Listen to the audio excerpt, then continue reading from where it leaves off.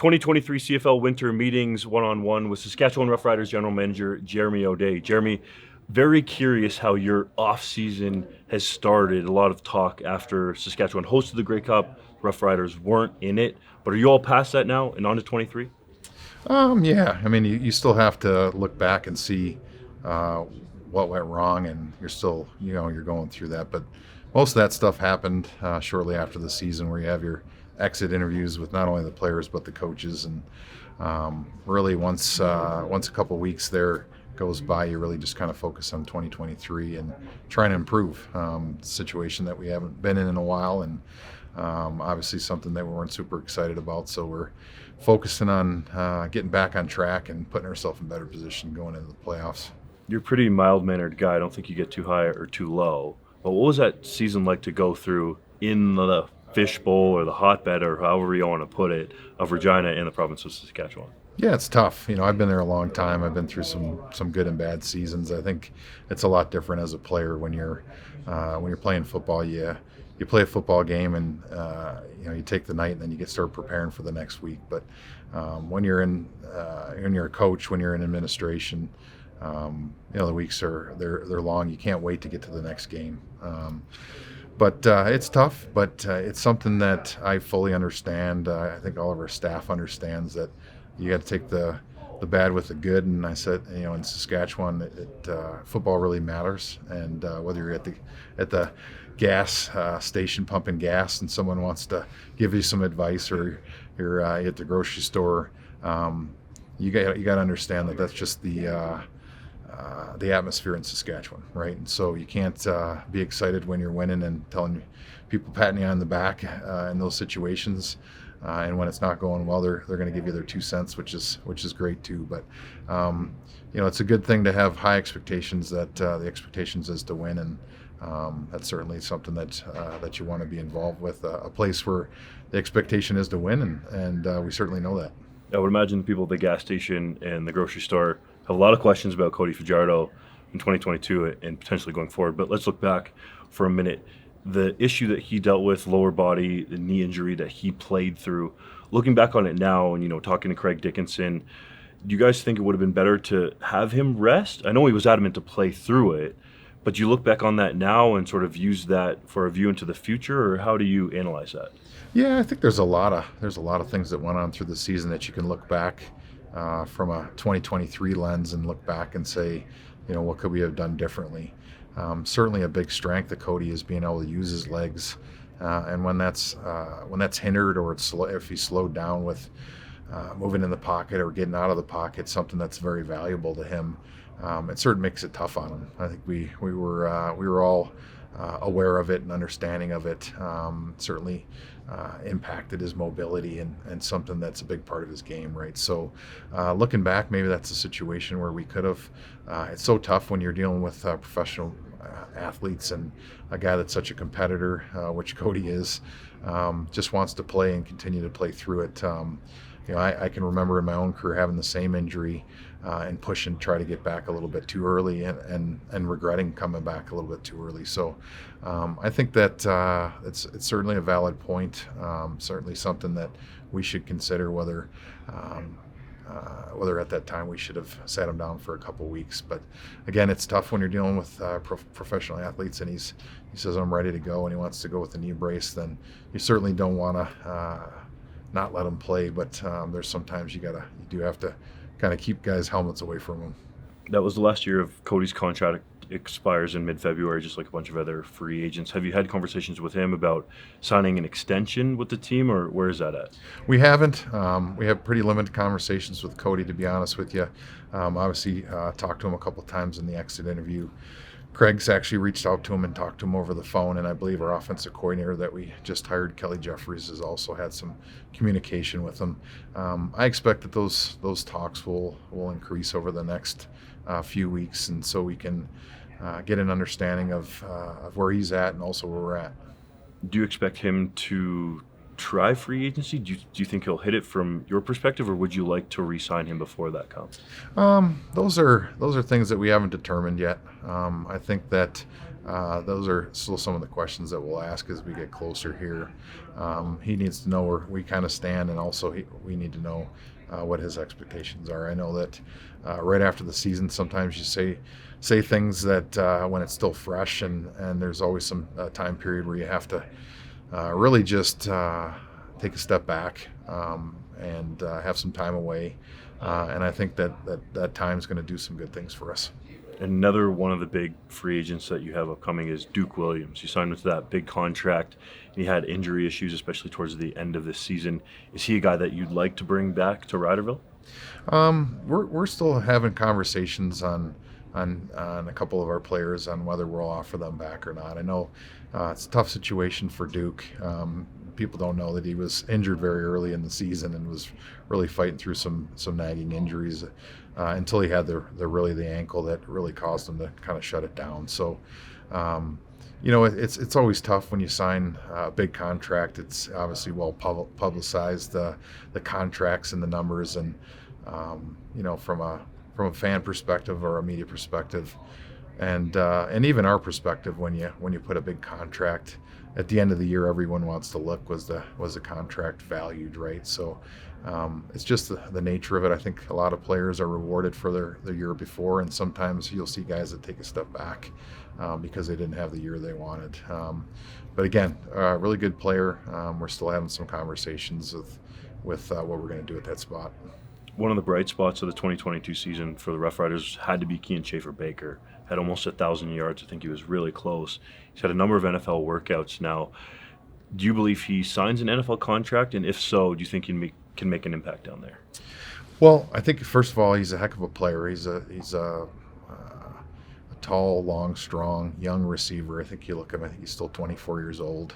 And what he's been able to do in the CFL is pretty remarkable for someone that's that young coming out of U Sports. And this year, you just really established yourself even more. I think, you look at some players and you always talk about their sophomore year, their second year, and he actually escalated his play. And it's really been a pleasure to watch. I think his value is just that he's such a good player in traffic and so good with the ball after he catches it, right? His yak yards and how hard he runs.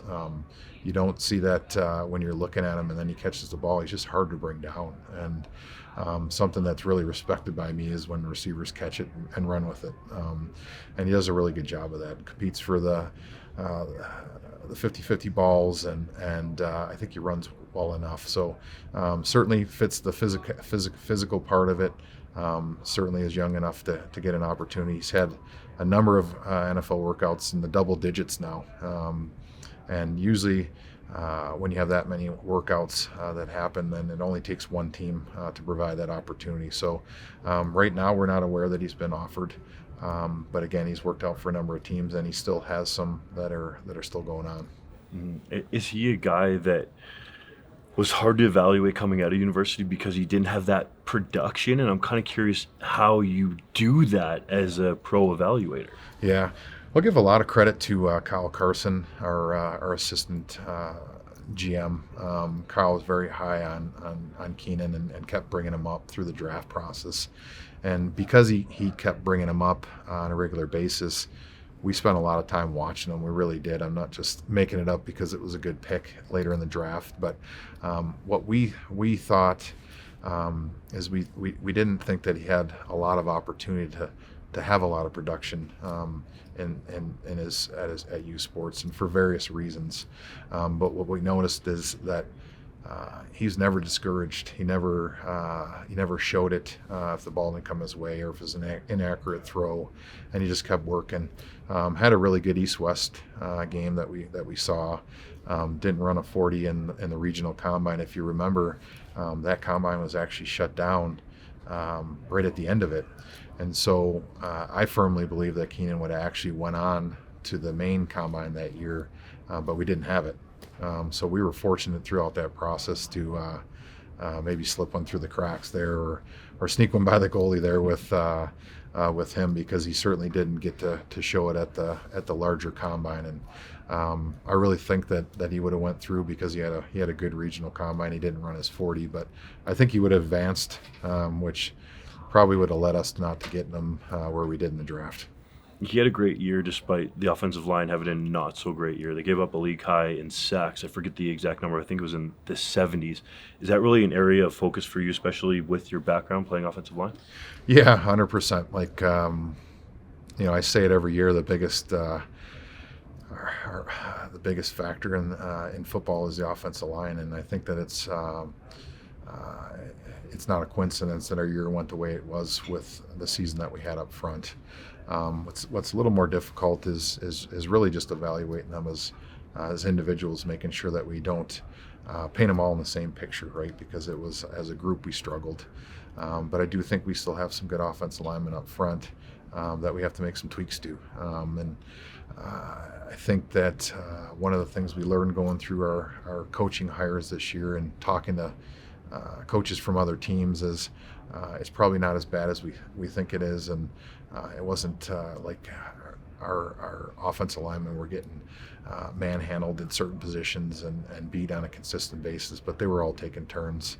And the reality is, as an offensive lineman, if you have 2 or 3 bad plays in a game, you've had a bad game, right? So just needs to be consistent. They need to play at a more consistent level and not take turns. And there's a lot of factors that go into it, but there's no doubt that we need to be better up front. Is there some guys that we haven't heard about maybe on the practice roster or that you've signed already this offseason that could help you out, especially at tackle? Yeah, we've got off to a good start. We've signed a couple NFL draft picks that we're excited about. Really excited about Gerald Hawkins that we signed. That's a NFL vet of 4 or 5 years that played at LSU, and we've got a couple of those guys signed. It's an area of focus for us. We're concentrating real hard on our negotiation list of trying to get offensive linemen, but it's no secret that all the other teams are doing the same thing. It's a position that's the supply doesn't really fit the demand, and not necessarily just in our league, but in all leagues.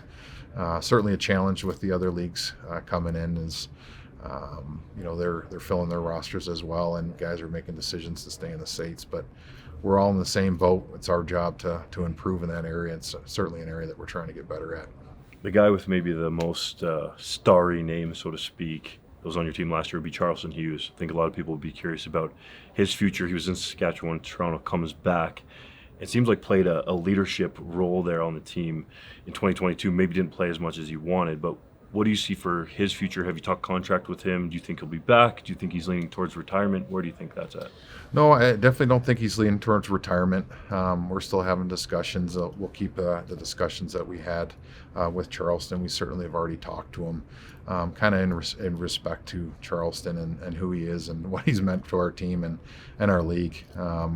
Talk about a Hall of Famer instantly, right? Well, I think out of respect for him, we'll keep those conversations just between us, and obviously after free agency, we'll talk a little bit more about that. But he definitely took on a more of a leadership role, a coaching role. He's definitely got a future in football, and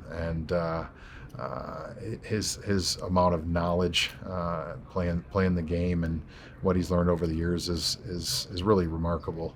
I just got a lot of respect for Charleston as a player and a person. Now, on the other end of the spectrum, a guy younger in his career would be Mason Fine. Started at the end of the year for you guys. Is he somebody that you envision could develop into a starter in this league? Could he even be the starter for you guys in 2023 going into training camp? What do you see for his potential? Yeah, we think highly of him. He's obviously a very productive college player. Threw for a ton of yards at North Texas, and someone that we had on our negotiation list for a long time.